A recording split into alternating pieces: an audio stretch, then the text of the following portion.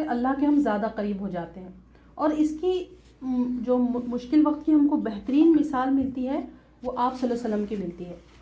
ہمارے پیارے نبی محمد صلی اللہ علیہ وسلم کے علاوہ مشکل وقت کا بہتر جواب دینے والا ہمیں کوئی اور نہیں ملے گا. وہ نہ صرف عظیم کردار والے ایک انسان تھے بلکہ اللہ سبحانہ تعالیٰ نے وحی کے ذریعے خود آپ صلی اللہ علیہ وسلم کی رہنمائی کی.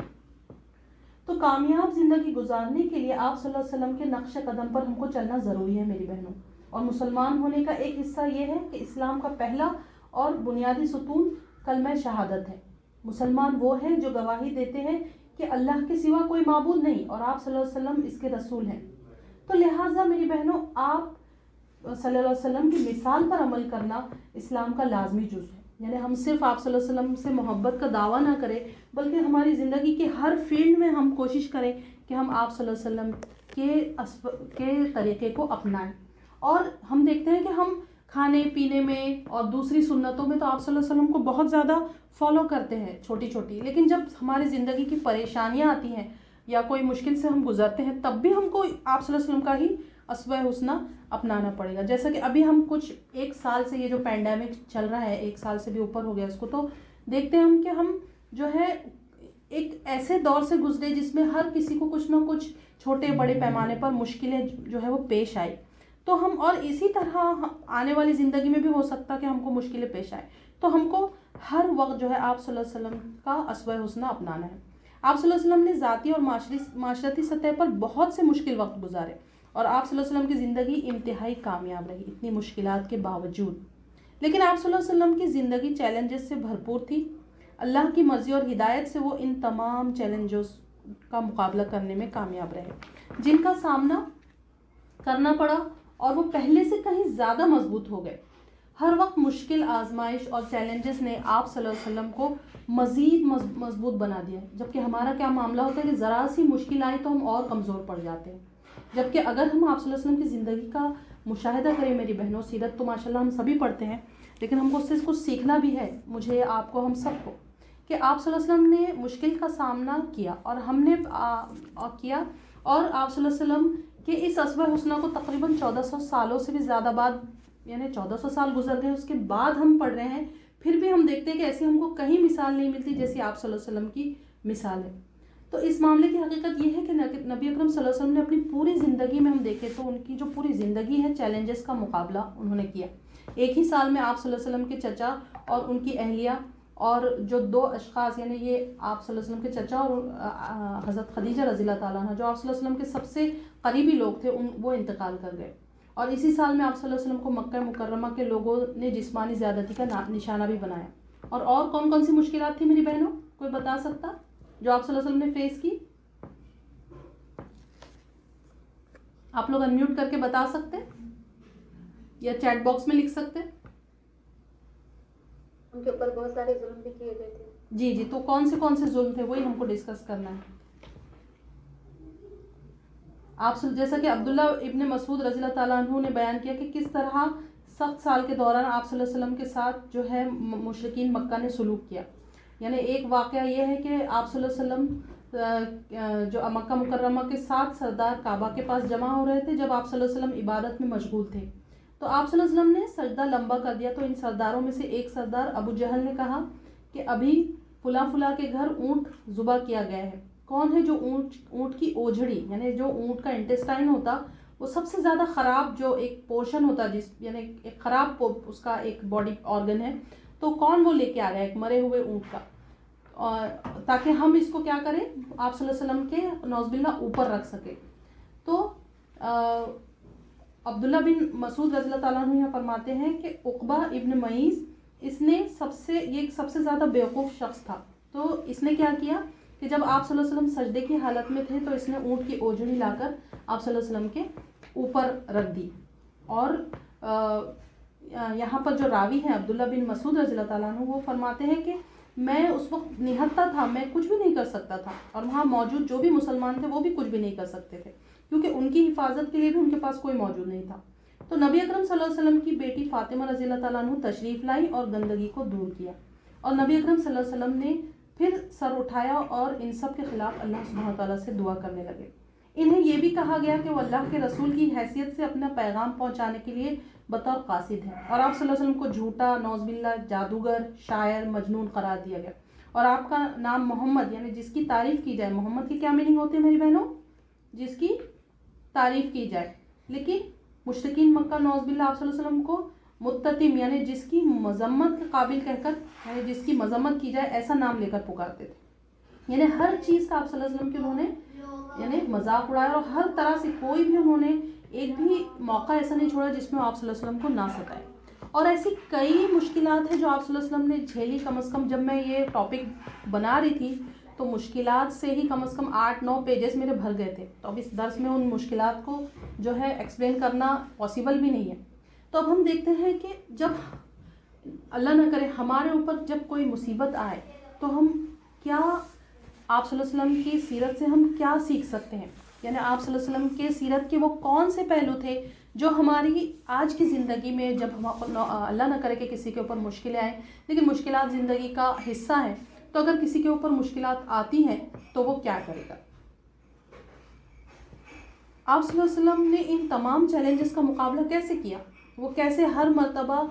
مرتبہ مزید مضبوط اور اس سے بھی زیادہ اثر و رسوخ کے ساتھ باہر آنے کے قابل ہوئے. یعنی جتنی بار آپ صلی اللہ علیہ وسلم کے اوپر مصیبت آتی وہ اتنے ہی اسٹرانگ بن کر پھر سے راہ میں ڈٹ جاتے. تو آپ صلی اللہ علیہ وسلم نے کیسے ایک معاشرے کی تشکیل دی جو آپ صلی اللہ علیہ وسلم کی زندگی کے دوران اور موت کے بعد مشکل وقت کے مقابلے میں ثابت قدم رہ سکے.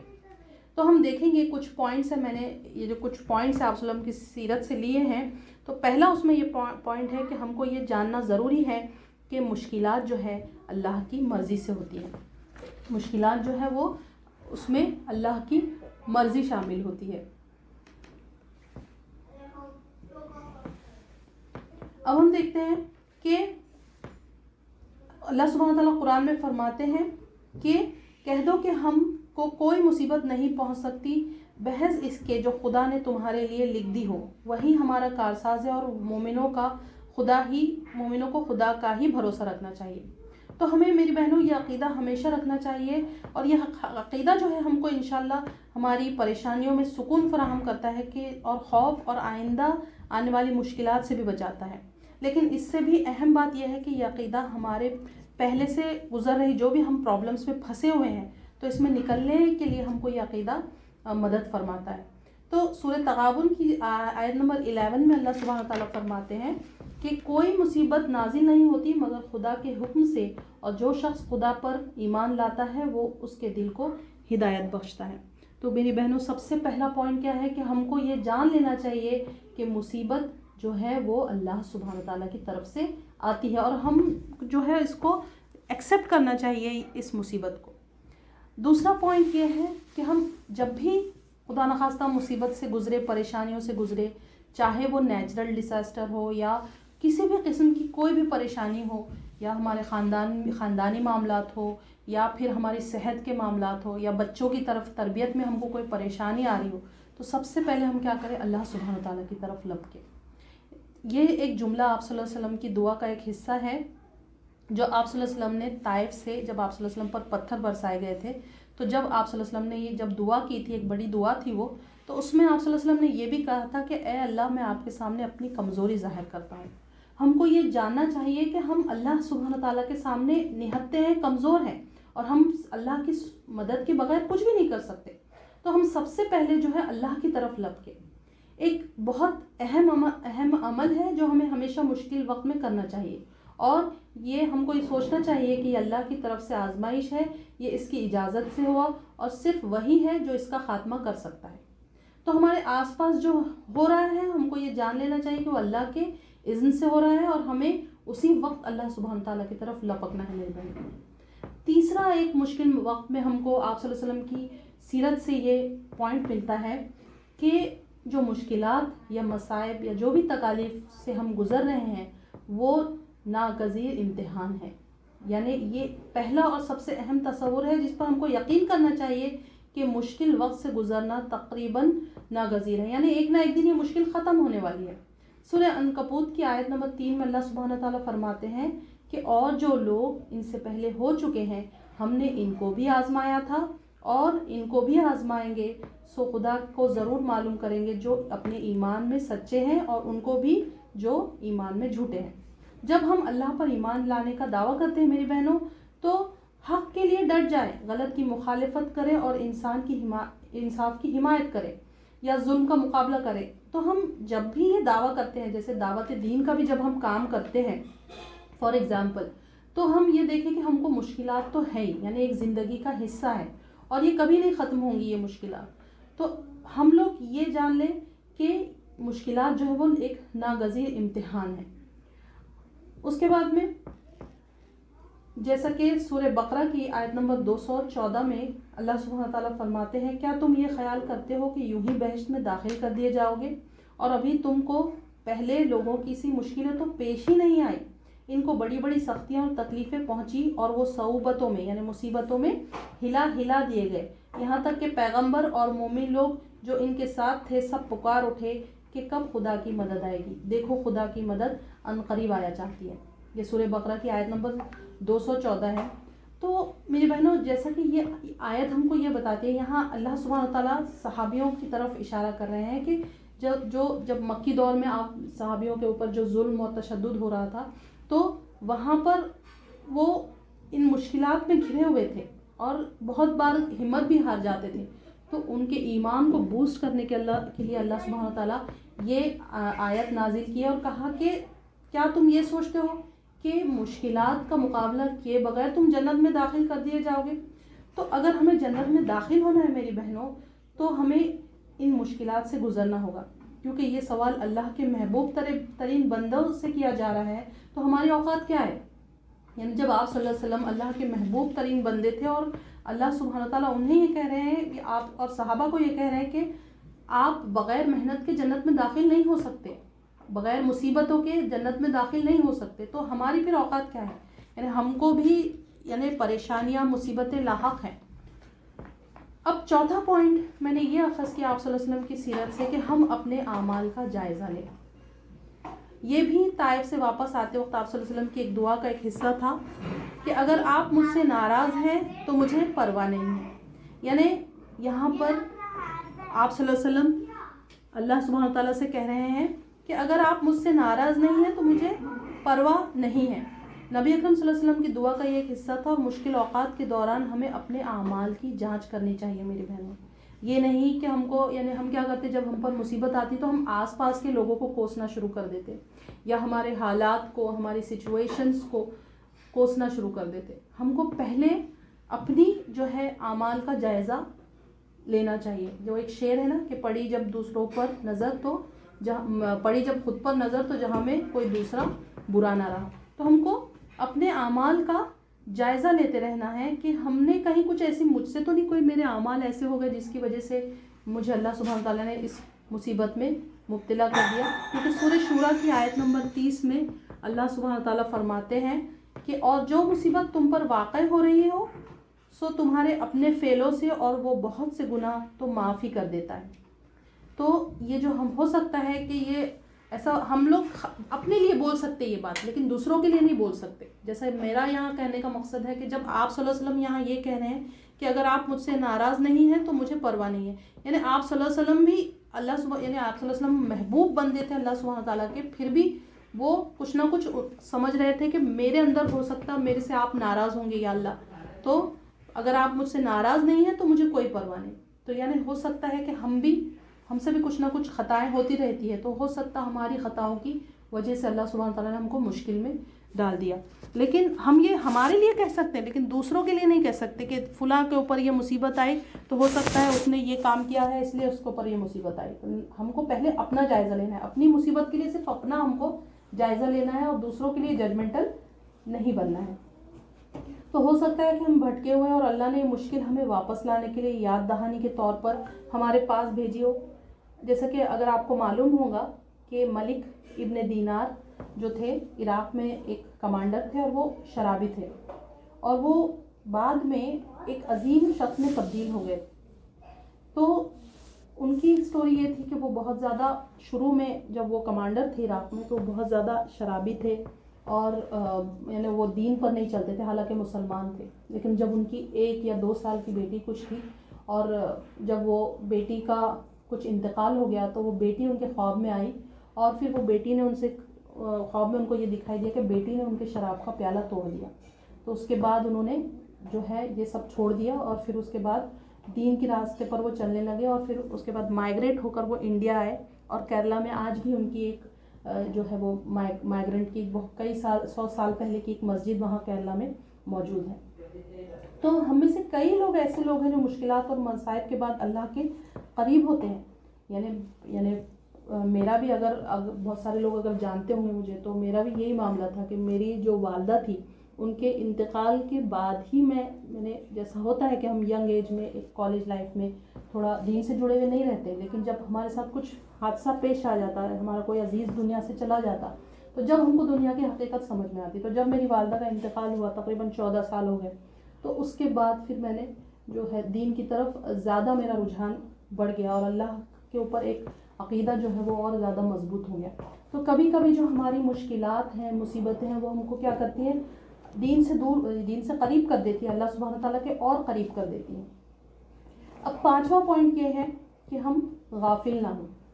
یعنی ہمارے خود کے مشکل وقت ہمیں کبھی کبھی غافل کر دیتے، یعنی ہم اپنی مشکلات میں اتنے پھنس جاتے کہ ہم اللہ سبحانہ تعالیٰ کو بھول ہی جاتے ہیں. مشکل وقت سے گزرنے کا ایک بہت ہی برا نتیجہ یہ ہے کہ کئی مرتبہ انسان کو مشکل اللہ سبحانہ تعالیٰ سے غافل کر دیتی ہے. ابن قیم کا ایک قول ہے کہ یہ ایک مکمل، جیسا کہ اسکرین پر آپ دیکھ سکتے ہیں، کہ یہ ایک مکمل خسارہ یعنی نقصان ہے کہ جب برکتیں نازل ہو تو بندہ برکت دینے والے سے غافل ہو جائے، اور جب اسی طرح آزمائش میں مبتلا ہو تو بندہ آزمائش بھیجنے والے سے غافل ہو جائے. تو بعض اوقات مشکل ہمیں اچھائیوں سے دور کرتی ہے جو ہم کر رہے ہیں. تو کئی بار ایسا بھی ہوتا ہے کہ کچھ انسان جن کا ایمان پکا ہوتا ہے تو وہ کیا ہوتے ہیں، مشکلات میں اللہ سبحانہ تعالیٰ سے دور ہو جاتے ہیں. لیکن کچھ انسان جن کا ایمان پکا ہوتا ہے، اللہ سبحانہ تعالیٰ پر یقین پکا ہوتا ہے، تو پھر وہ ایسے مشکل وقت میں اللہ سبحانہ تعالیٰ سے اور بھی زیادہ مزید قریب ہو جاتے ہیں. میری بہنوں، تو ہم کو مشکلات میں اللہ سبحانہ تعالیٰ سے غافل نہیں ہونا ہے، بلکہ کیا، اللہ سبحانہ تعالیٰ کے قریب ہونا ہے. جیسا کہ اللہ سبحانہ تعالیٰ سورہ قصص کی آیت نمبر 87 میں فرماتے ہیں کہ اور وہ تمہیں خدا کی آیتوں کی تبلیغ سے بعد اس کے کہ وہ تم پر نازل ہو چکی ہیں روک نہ دے،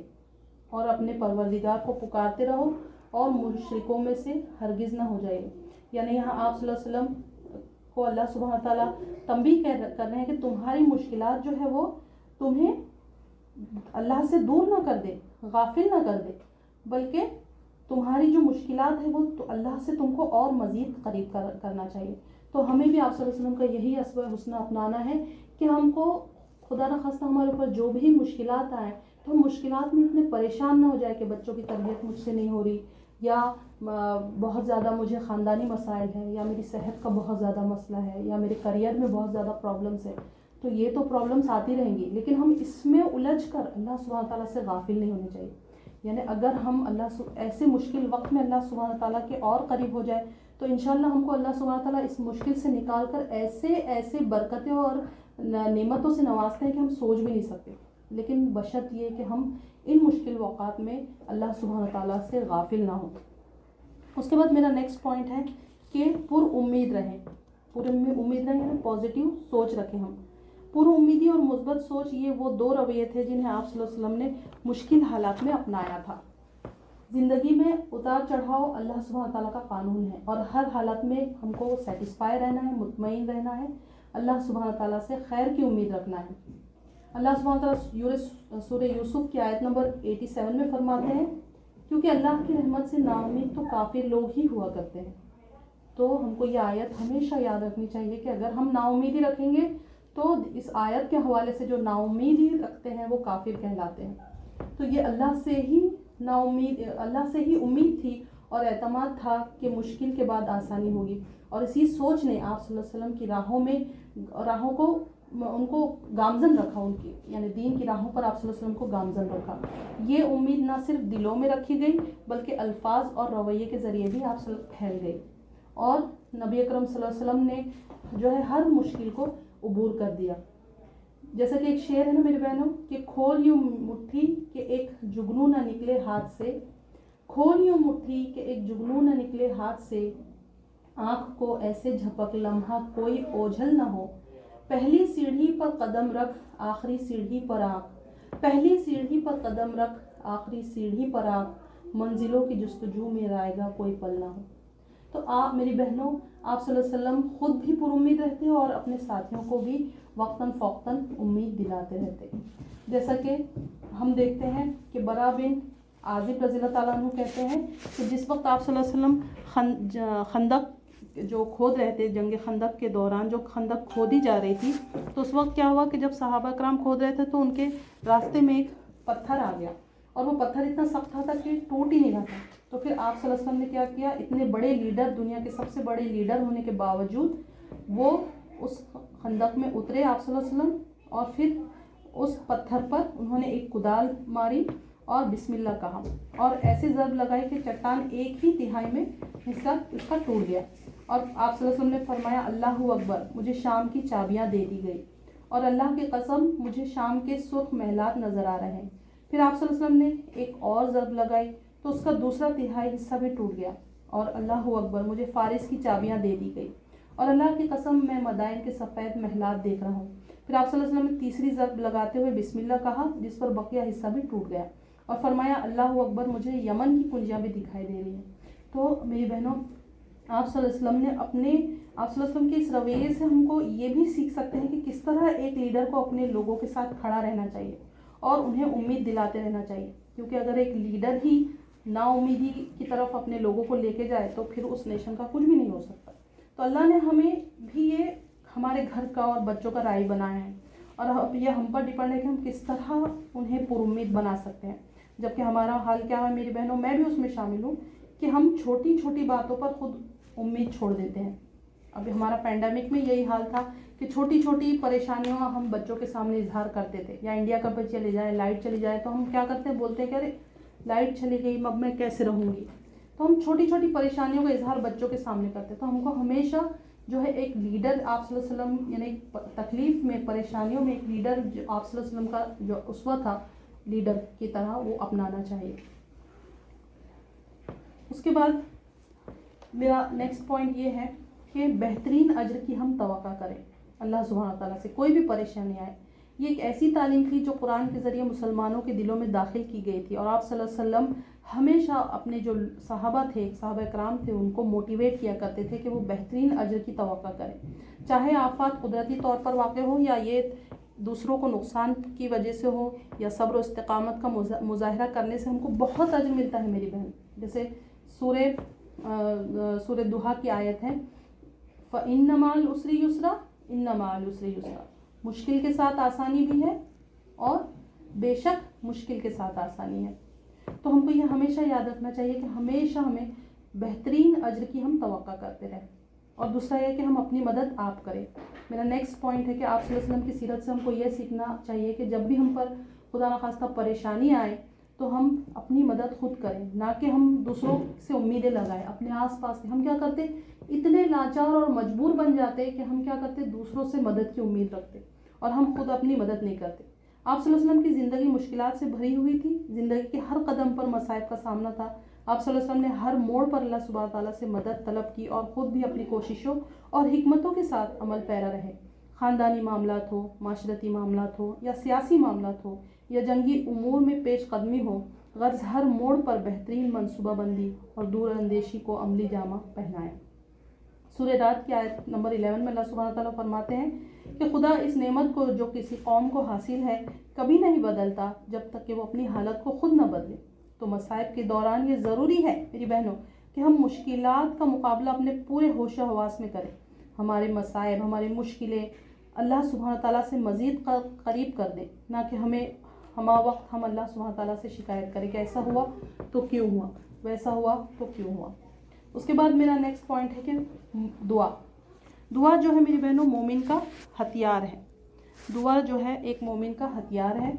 اور اللہ سبحانہ تعالیٰ کو یہ بات بہت پسند ہے کہ اس سے مانگا جائے، ہر چیز کے لیے امید اسی سے لگائی جائے، بلکہ جو اللہ سے نہیں مانگتا اللہ سبحانہ تعالیٰ اس پر غضبناک ہوتے ہیں۔ اسی لیے اپنے بندوں کو مانگنے کے لیے ترغیب بھی دلاتا ہے۔ اللہ سبحانہ تعالیٰ قرآن میں فرماتے ہیں کہ سورہ غافر کی آیت نمبر 60 ہے، اور تمہارے رب نے کہہ دیا ہے کہ مجھے پکارو میں تمہاری دعائیں قبول کروں گا۔ تو اللہ سے دعا مانگنے کا دین میں بہت بلند مقام ہے، حتیٰ کہ آپ صلی اللہ علیہ وسلم نے یہاں تک فرما دیا، جیسا کہ صحیح ترمذی، ابو داؤد 3372 اور ابن ماجہ 3827، البانی میں بھی یہ حدیث موجود ہے، یعنی بہت زیادہ اوتھینٹک حدیث ہے۔ یہ سیدنا جابر بن عبداللہ رضی اللہ تعالیٰ عنہما سے روایت ہے کہ آپ صلی اللہ علیہ وسلم نے فرمایا، کیا میں تمہیں وہ چیز نہ بتاؤں جو تمہیں تمہارے دشمن سے نجات دے اور تمہارے رزق کو وسیع کر دے؟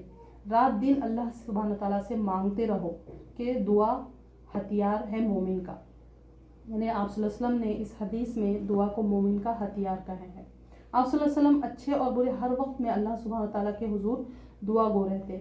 یعنی ہم دیکھتے ہیں کئی مقامات پر، جب میں ریسرچ کر رہی تھی تو کئی مقامات پر یعنی آپ صلی اللہ علیہ وسلم نے دعا کی، اور ایسے مقامات پر بھی دعا کی جب آپ صلی اللہ علیہ وسلم اپنوں کے لیے بھی کیے اور ایسے لوگوں کے لیے بھی دعا کی جنہوں نے آپ صلی اللہ علیہ وسلم کو تکلیف پہنچائی تھی۔ تو یعنی آپ صلی اللہ علیہ وسلم نے ہر مشکل میں اللہ سبحانہ تعالیٰ سے دعا کی۔ ایسی کوئی بھی موقع نہیں ملتا جہاں آپ صلی اللہ علیہ وسلم نے جس پریشانی میں آپ صلی اللہ علیہ وسلم نے اللہ کو نہ پکارا ہو۔ اور میرا آخری پوائنٹ ہے آج کا کہ ہم صبر کا دامن کبھی نہ چھوڑیں۔ آپ صلی اللہ علیہ وسلم اپنی پوری زندگی بھر صبر و استقامت کا پہاڑ بن کر اپنے دشمنوں کا مقابلہ کرتے رہے، اور کہیں بھی آپ صلی اللہ علیہ وسلم نے اپنے صبر کا دامن اپنے ہاتھ سے نہیں چھوڑا۔ میری بہن، اگر پیغمبر رسول اکرم صلی اللہ علیہ وسلم اپنے دل کی بھڑاس ہی نکالنا چاہتے تھے تو ان کے جانثاروں کی بے پناہ تلواروں سے اہل مکہ کو کون پناہ دے سکتا تھا؟ حالانکہ آپ صلی اللہ علیہ وسلم نے سب کے لیے امن عام کی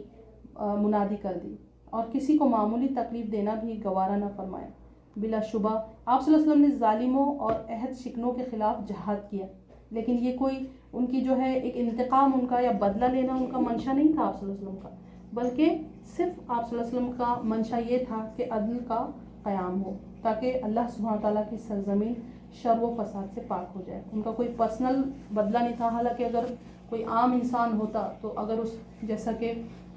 جتنا ستایا گیا تھا آپ صلی اللہ علیہ وسلم کو مکی دور میں،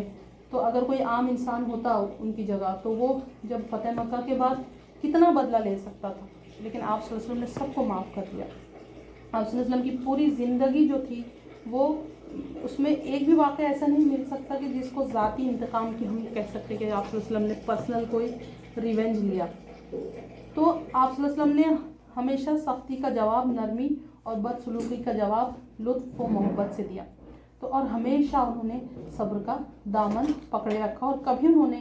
بے صبری کا مظاہرہ نہیں کیا۔ تو میری بہنوں، ہمیں بھی چاہیے کہ یہ جو تمام پوائنٹس ہم نے آج ڈسکس کیے تو ہم اس پر جو ہے عمل کرنے والا اللہ سبحانہ تعالیٰ ہمیں بنائے، اور خدا نہ خواستہ کہ ہم پر کوئی مشکلیں آئیں، لیکن اگر مشکلیں آ بھی گئیں تو اللہ سبحانہ تعالیٰ سے یہ مشکلیں ہمیں زیادہ مزید قریب بنا دیں۔ یہ مشکلیں جیسے آپ صلی اللہ علیہ وسلم نے صبر و استقامت کے ساتھ جھیلی تھی اور ہر بار مضبوط ہو کر واپس نکلے تھے، اللہ سبحانہ تعالیٰ ہم کو بھی اسی طرح مضبوط بنائے اور ہم کو جو ہے کہنے سننے سے زیادہ عمل کی توفیق عطا فرمائے۔ اگر اس درس میں کوئی بھی کمی کوتاہی ہو تو میری طرف سے ہے، اللہ مجھے معاف فرمائے۔ وآخر دعوانا الحمدللہ رب العالمین۔ السلام علیکم ورحمۃ اللہ وبرکاتہ۔